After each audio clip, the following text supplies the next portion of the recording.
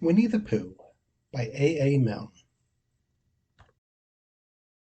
Chapter 4, in which Eeyore loses a tail and Pooh finds one. The old gray donkey, Eeyore, stood by himself in the thirsty corner of the forest, his front feet well apart, his head on one side, and thought about things. Sometimes he thought sadly to himself, "Why?" And sometimes he thought, "Wherefore?" And sometimes he thought, "Inasmuch as which?" And sometimes he didn't quite know what he was thinking about. So when Winnie-the-Pooh came stumping along, Eeyore was very glad to be able to stop thinking for a little, in order to say, "How do you do?" in a gloomy manner to him. "And how are you?" said Winnie-the-Pooh. Eeyore shook his head from side to side. "Not very how," he said. "I don't seem to have felt at all how for a long time." "Dear, dear," said Pooh. "I'm sorry about that. Let's have a look at you." So Eeyore stood there, gazing sadly at the ground, and Winnie-the-Pooh walked all round him once. "Why, what's happened to your tail?" he said in surprise. "What has happened to it?" said Eeyore. "It isn't there." "Are you sure?" "Well, either a tail is there, or it isn't there. You can't make a mistake about it, and yours isn't there." "Then what is?" "Nothing." "Let's have a look," said Eeyore, and he turned slowly round to the place where his tail had been a little while ago, and then, finding that he couldn't catch it up, he turned around the other way, until he came back to where he was at first, and then he put his head down and looked between his front legs, and at last he said, with a long, sad sigh, "I believe you're right." "Of course I'm right," said Pooh. "That accounts for a great deal," said Eeyore gloomily. "It explains everything. No wonder—" "You must have left it somewhere," said Winnie-the-Pooh. "Somebody must have taken it," said Eeyore.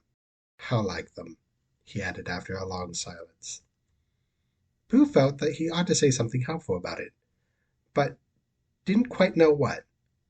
So he decided to do something helpful instead. "Eeyore," he said solemnly, "I, Winnie-the-Pooh, will find your tail for you." "Thank you, Pooh," answered Eeyore. "You're a real friend," said he. "Not like some," he said. So Winnie-the-Pooh went off to find Eeyore's tail. It was a fine spring morning in the forest as he started out. Little soft clouds played happily in the blue sky, skipping from time to time in front of the sun as if they had come to put it out, and then sliding away suddenly so that the next might have his turn. Through them and between them the sun shone bravely, and the copse which had worn its furs all year round seemed old and dotty now beside the new green lace which the beeches had put on so prettily. Through the copse and spinney marched Bear, down open slopes of gorse and heather, over rocky beds of streams, up steep banks of sandstone into the heather again, and so at last, tired and hungry, to the 100-acre wood, for it was in the 100-acre wood that Owl lived. "And if anyone knows anything about anything," said the Bear to himself, "it's Owl who knows something about something," he said. "Or my name's not Winnie-the-Pooh," he said. "Which it is," he added. "So there you are." Owl lived at the Chestnuts, an old-world residence of great charm, which was grander than anybody else's, or it seemed so to Bear, because it had both a knocker and a bell-pull. Underneath the knocker there was a notice which said, "Please ring if answer is required." Underneath the bell-pull there was a notice which said, "Please knock if the answer is not required."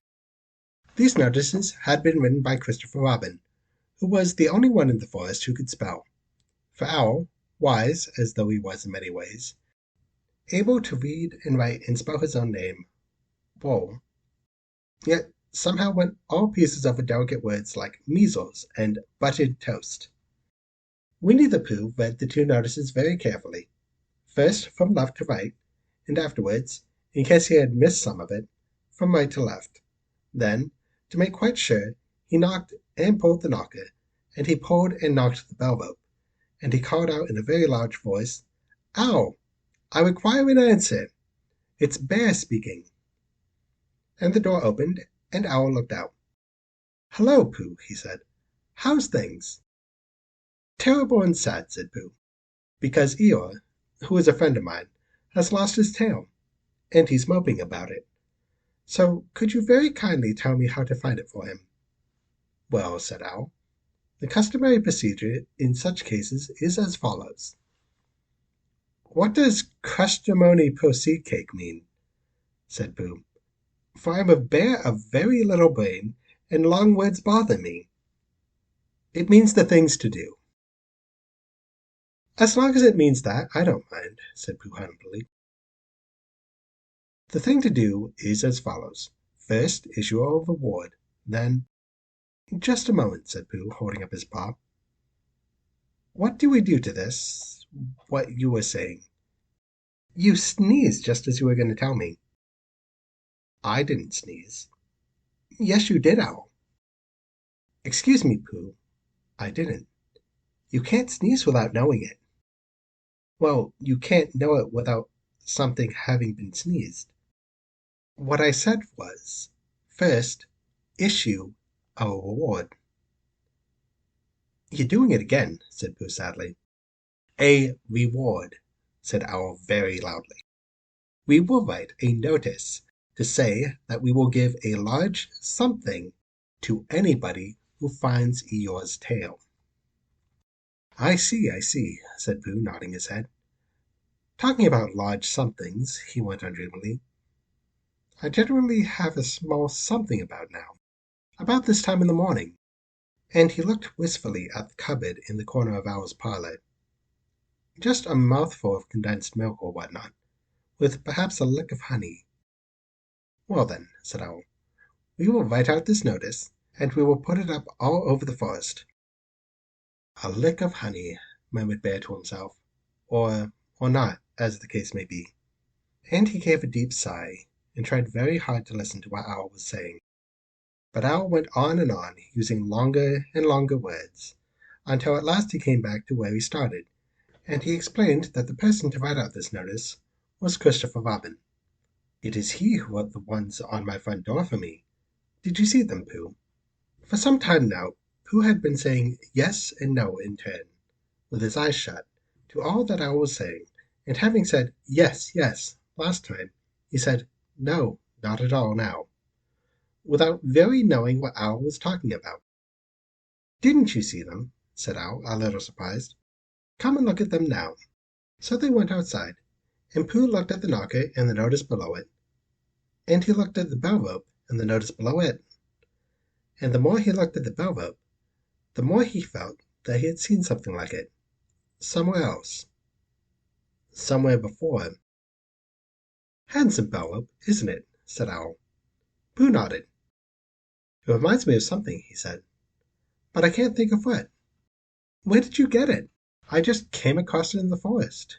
It was hanging over a bush, and I thought at first somebody lived there. So I rang it, and nothing happened. And then I rang it again very loudly, and it came off in my hand, as if nobody seemed to want it. I took it home and—" "Ow," said Pooh solemnly. "You'd made a mistake. Somebody did want it." "Who?" "Eeyore. My dear friend Eeyore. He was fond of it." "Fond of it?" "Attached to it," said Winnie-the-Pooh sadly. So with these words he unhooked it, and carried it back to Eeyore. And when Christopher Robin had nailed it onto its right place again, Eeyore frisked about the forest, waving his tail so happily that Winnie-the-Pooh came over all funny, and had to hurry home for a little snack of something to sustain him. And, wiping his mouth half an hour afterwards, he sang to himself proudly, "Who found the tail?" "I," said Pooh. "At 1/4 of 2, only it was 1/4 11 really, I found the tail."